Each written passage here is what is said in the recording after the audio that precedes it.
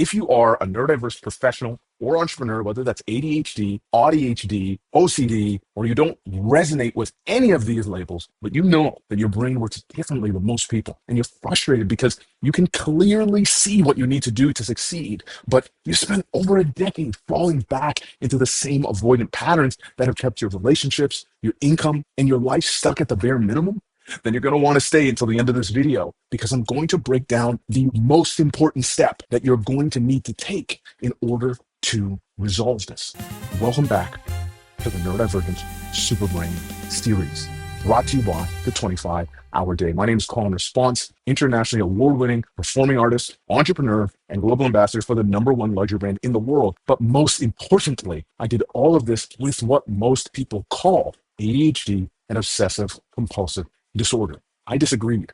And so I built a business that's helped now over 150 neurodiverse entrepreneurs and professionals rewire their brains from feeling overwhelmed by lack of time, energy, or clarity, so that they could become masters at executing their ideas profitably and efficiently, so that they could cut their working hours in half while adding an extra $10,000, $20,000 a month to their income, ultimately, so that they could enjoy living a fulfilled daily life in the process. And today, I am blessed to be joined by my guest, Matthew. Matthew is a neurodivergent professional and a proud father of 2. And today, I am going to show him why he is stuck, so that he can be empowered to decide whether he wants to permanently remove these barriers from his life today or not. And as usual, I'm going to do it while walking backwards. So let's bring on our fantastic guest. Matthew, how are you doing? Colin, I'm doing well. How are you? I'm excellent. Thank you for asking. I appreciate it. I have your submission, and we're first going to start by just having you read it aloud. I have a pattern decades long of avoiding the very things I know I need to begin doing to be successful, falling back into old and quote unquote easy patterns that have kept my relationships, my life, and my income stuck at just barely getting by. I haven't felt like myself for any extended length of time for as long as I can remember. Appreciate the honesty, Matthew. For the folks who are watching this, if you're seeing this thinking, damn, I have a situation that I have a challenge with, I encourage you to comment it in the comments below, because one of you might be chosen to be brought on for your own episode of the Neurodivergent Superbrain. I also encourage you, as we're giving examples, that you type your own examples in the comments about the things that we're talking about, so you can go through practicing same exercises that we're doing. And for now, we're going to focus on Matthew. What I've done is I've taken your initial submission and I broke down the sections so we can take it step by step. Our first step is going to be identifying the polarity of each of the statements you made in your initial submission, and essentially take the steps that are going to be necessary to clarify the next most important step for you to take. So we look at avoiding. I'm going to ask a simple question, which is, what is the opposite of avoiding? Embracing. Great. So embracing the very things you know you need to do to be successful. Now, falling back. What would be the opposite of falling back? Stepping forward. Now, into, obviously, the opposite of old would be new. Mm-hmm. Easy patterns. Now, this is interesting because you go like it easy, and somebody might say, oh, like, well, stepping into new hard patterns. It's like, well, we don't need to be doing hard things in order for us to get the result we're looking for. The polarity we're looking for here isn't around the easy, it's around the patterns. So when we're looking at easy patterns, let's actually define what you mean by easy pattern. What's an easy pattern, or what makes it an easy pattern to you? It's something that I've done many times before that is easy to fall into. There we go. So now we got the clarity. It's not even so much that the pattern is easy as much as it is easy to return to the pattern. Mm-hmm.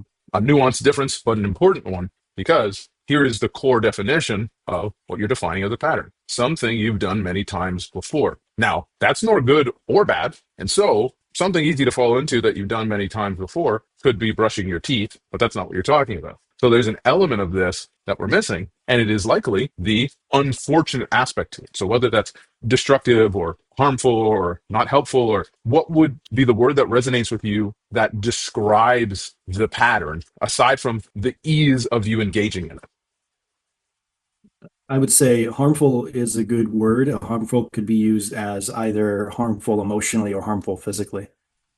So what we've clarified is when we say easy patterns, we have something that is cloaked in between this. Because as we break this down, we see something I've done many times before. That's pattern. We'll say easy to follow. I'll move this up here. So easy, I mean, it's easy for you to engage in. Pattern is something you've done many times before. But what is being presupposed but not actually articulated is this little cloaked situation here, which is something that is harmful emotionally and or harmful physically. So in order for us to have the polarity of this, we would have had to have first uncloak this. See, well, what is that? Because we need to first define this, or we can't find the polarity of it so that we can actually define the outcome we're looking for. Without that outcome, we can never take actions, behaviors, or steps towards it because to your consciousness presently, it doesn't exist. So now we can look at what has been cloaked and answer the questions of what is the polarity of this? So, what is the opposite of being harmful? Helpful. Okay, so now we have something that is helpful emotionally and helpful physically. Would you use helpful as the word to describe that for both? I'm not sure exactly what you're asking. So something that's harmful emotionally, the opposite would be something that's helpful emotionally. But it could also be something that is empowering emotionally or something that is nurturing emotionally, right? Okay. These are all different ways we could use to describe that. And we have harmful physically. And so when you think about the relationship of harm to your own physiology and you think about the opposite, I'm curious, what word would you describe as the opposite of harmful? It may be still helpful, or it may be a different word that you feel actually connects a little bit more relevantly. I think you used one of the words you used, empowering. Okay, awesome. Yeah, great. So it can be helpful, emotionally, empowering, physically. Would you say that both of these words are the appropriate polarities of what you're experiencing here? When you think of being harmed emotionally, do you feel like this is the opposite of what that experience is? I mean, not in its fullest expression. So let's clarify that a little bit further. What would be its fullest expression? I can't think of the word. I'm trying because I'm trying to think of the what would be basically the polar opposite of harmful emotionally and how it actually the feeling of it, right? So I'm not certain. I know harmful and helpful, like standard, there they would be, antonyms, obviously, but for the depth of the harm emotionally that I feel, I don't think that helpful is an adequate descriptor. Does that make sense? That makes complete sense. That's what I'm asking, right? Okay. So what we're going to do is we're going to get there. And the way that we get there is not going to be through trying to immediately conceptualize the opposite, because if it was that easy to Okay. conceptualize the opposite, we wouldn't be here, right? Okay. So I want you to know that that's actually to be expected and that the problem is the solution. So the way that we're going to get to what we'll say is under this umbrella versus the negative umbrella, underneath the positive umbrella, is we're Mhm. actually going to look more specifically into how it is harmful emotionally, because we're going to have language for that, because you're well more acquainted for that. And then we're going to look for the polarities of that specificity. So we'll go to harmful emotionally first, and we're just going to describe what does it mean for something to be harmful emotionally to. What does it mean for something to be harmful emotionally to me? Yeah, Um, I I think what a lot of it has to do is that it the word I want to use is not like restrict, but something more. It constricts or it. I think the more of the harm that I feel and that I have, it takes away from me being who I really want to be emotionally, and that translates into then my actions, how I act outwardly. But uh, I think it does that. It constricts it. It like chokes it. It stops it from being expressed pretty much at all, but very rarely it'll it'll make its way through. But mostly right. no. So it constricts you from being able to express or act outwardly. And that restriction takes away from your ability to be who you really want to be. Yes. So now that we're a little bit more specific with that, now we can take a moment to look at finding the polarity of these things, which is going to be a lot clearer than trying to take harmful emotionally, which is the catch-all, right? It's encompassing this experience that even as we, well, you're sitting, I'm walking, but even as we sat here, even as we sat and stood here, it still took some moments for you to find the language to describe what this definition is. So if that's the case, what's the likelihood that this polarity, like this has already been cloaked, right? I fall back into easy patterns, right? So language wise, we're not even using the word harmful in a general sense. Then when we start to use it, again, it's a catch-all for harmful emotionally and harmful physically, which is actually being defined by this. So the chances of us being able to take this and slap it over to the polarity and have that polarity be accurate and encompass everything is very unlikely unless we go down here and actually look at what we're dealing with, something that constricts, stops from expressing. So now we want to look at what is the opposite of being constricted. Unbound. Anything else? Well, one that's, I guess, easy that comes to mind is free, Unbound, we have free, and the other things come to you. open. Open. Nothing else really comes to mind at this point. Okay, great. Unbound, free, open. Now, one of these is different than two of these. Do you know what the difference is? One of these is not like the other. The unbound. Unbound is much more descriptive. Mhm. Now, unbound is the word I'm looking at, but not for the reason that you're thinking. Oh, okay. Unbound is different from the others because unbound is actually still framed in the negative. It is talking about not being bound. And it's interesting because that being the first thing that came to your mind and it being the one that for you, you're like, this feels the most descriptive, sends signals of clarity around where your neural pathways are presently oriented. Now, you still came to the word free, which is like, okay, that's the natural one. And then you went a little bit further, you said open. Now, when we look at the word constricted, open is the most accurate polarity of to be constricted. You could say like free, of course, something's free, but truly, when you think about constricted, it's a passageway that is like being compromised versus a passageway that is open. So, open and expressing and acting outwardly in ways that rather than take away, what would the opposite of that be for you in this context? Give. That give to me being who I want to be. Now, you can look at the opposite of wanting to be something but M being. so there you go, that could work too, right?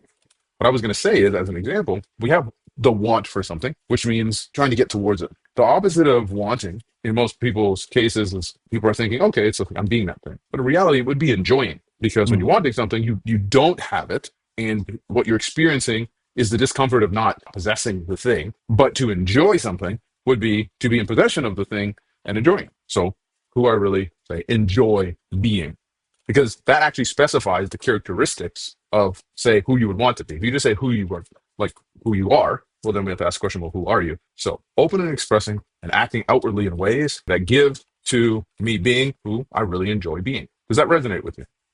Mm-hmm.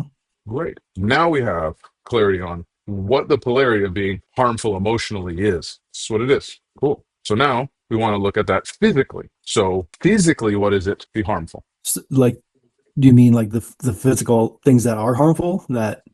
So when you're thinking of something that's harmful Mm. physically, how would you define that? In the same way you're like, something that's harmful emotionally, I would say something that's harmful emotionally is something that constricts or it stops me from expressing who I really want to be. So now I want to know what's something that's harmful physically to you. How would you define that? Typically, the things that are harmful physically are things that are coming out of the way I am feeling and being emotionally. So I don't quite know because like the things that example wise of like not following a diet, being overweight, not wanting to be overweight, wanting to follow a diet, but then not doing either one of those things. And then emotionally getting upset and frustrated and even more because I'm fat and overweight and I don't want to be. Like those types of things, right? Smoking. Like that is all based on emotion, like how I'm feeling emotionally. And even though I know it's not going to benefit me, I still do it and I feel like shit afterwards. And there's there's lots of examples of those things. It's not just the smoking and the food, you know. Gotcha. So what I'm hearing is that what is harmful physically to you is an emotional byproduct that is moves you further away from who it is that you want to be.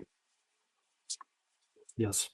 And it's not about the thing itself specifically as much as the fact that it is the result of the harmful emotional experience. Am I understanding correctly? Yes. Hmm. So this is resonant with that. Cool. This is something I want to speak to because it is so relevant to a lot of the people watching this. And I encourage you, if you are watching this, look for an episode where I interviewed Alex. And in this interview, we talked about a lot of the things that happen with neurodiverse folks is they get into these cycles of, say, disappointment or shame because they're taking on behaviors that are not aligned with the highest version of themselves. And part of why it persists is because they also refuse to acknowledge that those behaviors are doing something. Like they are serving you in some way. Now, I'm not saying pick up smoking, start drinking, start overeating. That's not what I'm saying. But I'm saying that you're doing those things because they are serving a function in terms of relieving you from some sort of emotional pressure or from it's serving some sort of mechanism. And we first have to just acknowledge the fact that, well, it's not that they're doing nothing. They are doing something. Because if they're doing nothing, then there's no actual way to address it or resolve it. If they're doing something, then we can look at the something they're doing and see, is there a better way to service the need that this thing is presently servicing? Because it's servicing that need, but also has massive side effects that are harmful. If it was only side effects, you wouldn't be doing it. But it serves you in some way. And this often happens with neurodiverse folks because there are levels of shame or guilt because of these things that we know have massive repercussions or they have massive side effects. So we don't want to engage in those things. And so part of us blocks out the portion of that behavior that is actually serving us. Even though it's harming us more than it's serving us, we have to look at what part's serving us in order for us to identify it so that we can find other sources to service this need that don't have the side effects, right? That's part of the process that we're going through here is we're really looking into, well, what are the problem areas so that we can shine a flashlight on them, so we can bring clarity to them. So as we move here, I want to remind you and everybody watching this that when you go through a process like this, it's so important that you have compassion for yourself as you discover these things, because there is a reason why you're doing it. And there's a reason why you have continued to do it. And it's because you don't yet know a better or more effective way to service this other need. That if you didn't, you'd probably entirely break down, be entirely dysfunctional, be entirely emotionally unregulated, not be able to operate in the world that you presently live in with the responsibility you have, all of these things. Is it the best solution that exists? No. But it's so important to have the compassion for yourself to realize that I'm taking on the behavior because there's something my body believes it's helping me with, so that we can find our way there and find a better solution. So now that we've specified what it means to be harmful physically, which is a physical byproduct of emotional harm that moves you away from who you want to be. So essentially, it is a physical byproduct of something that emotionally constricts you from expressing or acting outwardly in ways that you want to be. And so then that translates to the physical things that move you away from who you want to be. Laid out like that, it seems pretty obvious. So now we want to look at what the opposite of this would be: a physical byproduct of emotional harm that moves you away. So this would be obviously a physical byproduct of what we defined was the polarity of the harm. Now, how we actually articulate that, because there's a lot of words, probably just type this up here so that it remains clear. So that's harmful physically. So now we're looking at the good stuff. Now we could call this, open emotional expression or positive emotional expression. How would you encapsulate this now that you've defined that? You're open, expressing, and acting outwardly in ways that give to who you really want to be. Trying to put the ideas together. I think it's that the thoughts leading to actions that of being authentically myself, like I think like my actions aligning with how I feel, and there's not things that I want then in life. It's that I already know how to get it, or I already have it, and it's already inside of me. I just don't know how to access at this point in time. And I think I don't know. I might be rambling a little bit, but yeah, my actions align with how I feel, and I just naturally it naturally flows from me.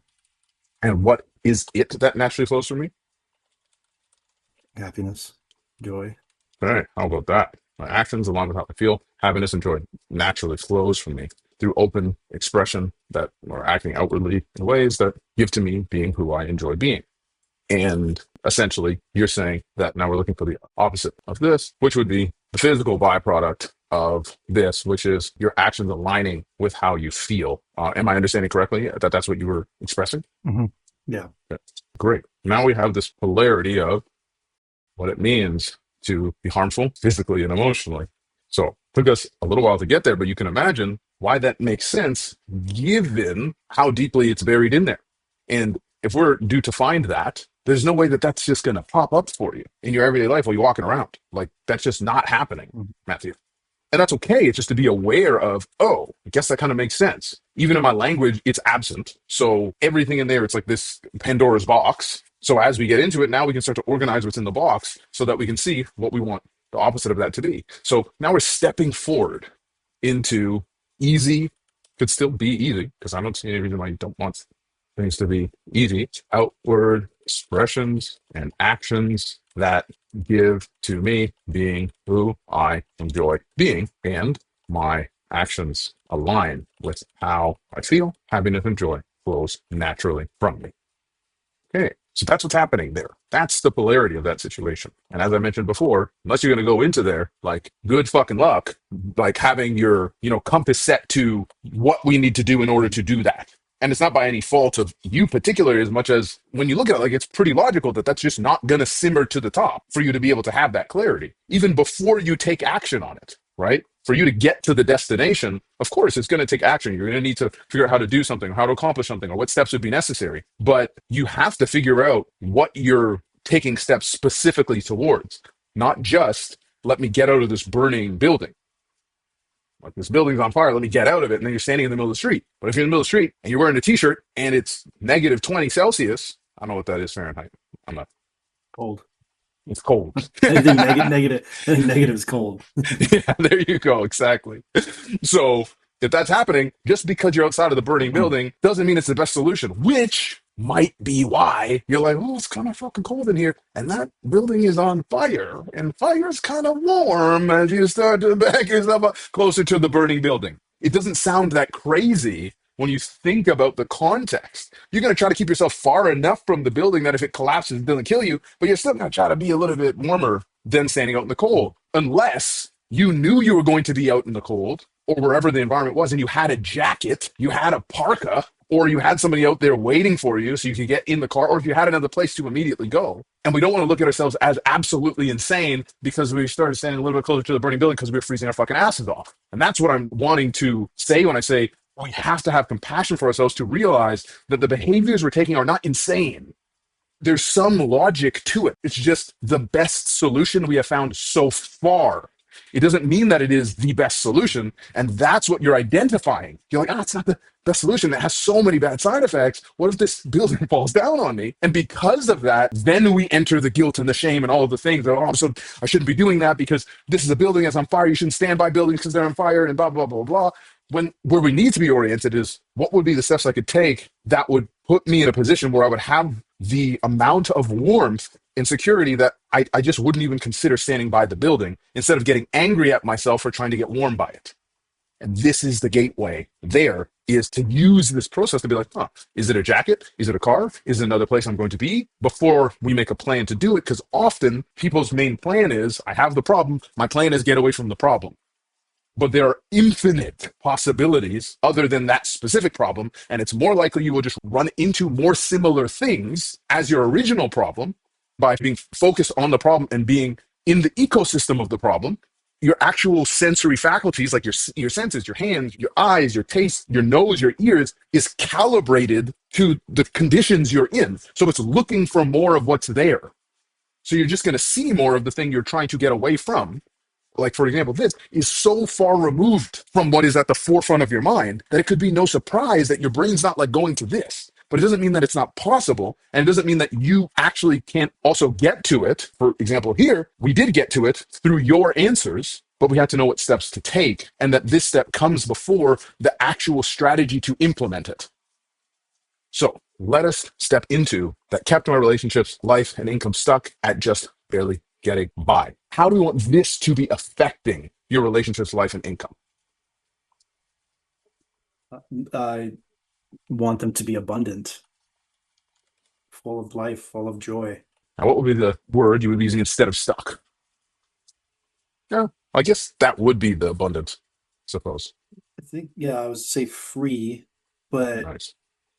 I'm trying to think of, because stuck is it's not moving. Yep. And so what's the opposite of that? Um, moving, but Mm. not a, It's going to come to you. yeah, growing, moving. Growing is also a good one. I want you to pop that thesaurus, and I think the one I'm thinking of is going to come to you. Two of them were the ones I already came up with: free and moving. Loose. Doesn't feel released, unleashed, Unleashed. Okay. When you think about water that is still flow. Yeah. flowing, but what's the word that resonates with you? When I say, then I think of the opposite of stuck. I think growing is one I didn't think of, but that works. A growing, flowing, What's up? Feel moving. free to ask me about anything. I was like, who's that? ChatGPT voice came up. There we go. Expansive. After I had it say, because I had opposite or the antonym of stuck, and then I refined it down to like feeling stuck emotionally. What would be an antonym of that? Empowered, inspired, words like that. Expansive, abundant, full of life and joy. Mhm. Because that, like, to me, that just is like, it's like the universe. It's continually expanding. It just, that's what it does. I don't know if nature is the right word there, but it's like, it's just, this is always what it's doing. I think nature is an appropriate word because, as you were saying that, what came to my mind was that's its natural state, Okay. Yeah. right? It's constantly expanding. Now, instead of I haven't felt like myself I feel like myself all the time.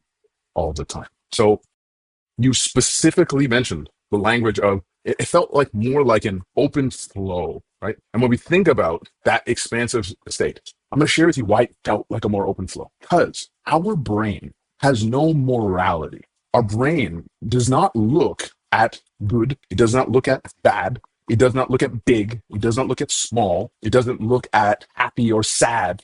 It doesn't look at any of those things as one being better than the other. It simply sees what is. And then what is associated with what is emotion. And it is the volume of the emotion. So if you think about, say, playing something on a radio and you're tuned to a particular station, your emotion is the volume of that radio. Whatever you're tuned to, the more emotion associated with that information being the frequency you're tuned to, right? Let's say, talking about being small. Cool, I'm on small radio. If I turn up the volume, the station doesn't just randomly change because I turn up the volume. I get more of small radio. And if I'm peaked out at emotion and I switch it to angry radio, well, it's the same thing. But if I switch it to happy radio, it's the same thing because these are the metrics. It's the emotions themselves, the intensity of it. And you could just use the same word, volume, the volume of the emotion you're feeling, right? The gravity of it is what is telling your brain this is important. The frequency itself of the radio, which you could say is the subject matter of whatever you're talking about, whether it's about being expansive or flowing or whatever, is just the subject matter. Right? But your brain is determining its importance by the volume. That's how much you will hear it or you won't hear it. So why does it feel like it's flowing more for you? Well, because you tuned yourself to that radio station. You tuned yourself to that frequency. Unless you're tuned to the frequency, it doesn't matter how high the volume is, and it doesn't matter how much you want to be tuned to the frequency. Your brain can't connect to expansive, abundant, full of joy if it's on the other radio station. Like I can't listen to the song on the other radio just because I think it's a better song and I would enjoy it more when I'm tuned to this radio. And I don't say this to make it sound so esoteric because I know it can. It's like, okay, well, I got to be calibrated to this, blah, blah, blah, blah, blah. And it's like, yeah, but it's not that fancy. You in your life have had a variety of experiences. And with each of those experiences, there is emotion that is tied to it. So, like you said, you feel this open flowingness. This isn't this imaginary thing that was just made up. It is your brain connecting to a past experience it's had where you felt that emotion. It's familiar with the emotion. The challenge that not just you, but many of the people watching this face is the circumstances that they prefer. That emotional state has never been connected to the circumstance they want it to be connected to. Like the brain has never conceptualized the idea of what it would feel like to be in that flowing state. And therefore, their brain can't just magically make them feel that thing because it doesn't even know you want to feel that thing because all the attention is going to this. Your brain is hearing, okay, patterns that have kept me stuck, blah, blah, blah. I'm on stuck radio. It's just as similar as, okay, I don't want to be stuck. And so you just turn the radio dial. What's the probability you're going to wind up on a station you like? You're just randomly turning it. You're just off of the station you don't like. It's probably going to be noise. Or it could be a worse station. It could be even worse station. And we're using this with the context of actually using a radio, which is already pre-designed to calibrate you to places that have a signal. If that mechanism wasn't even in place, you would scan infinitely and you wouldn't find anything. So I bring this up because that experience you're emotionally feeling is the step that everybody's skipping.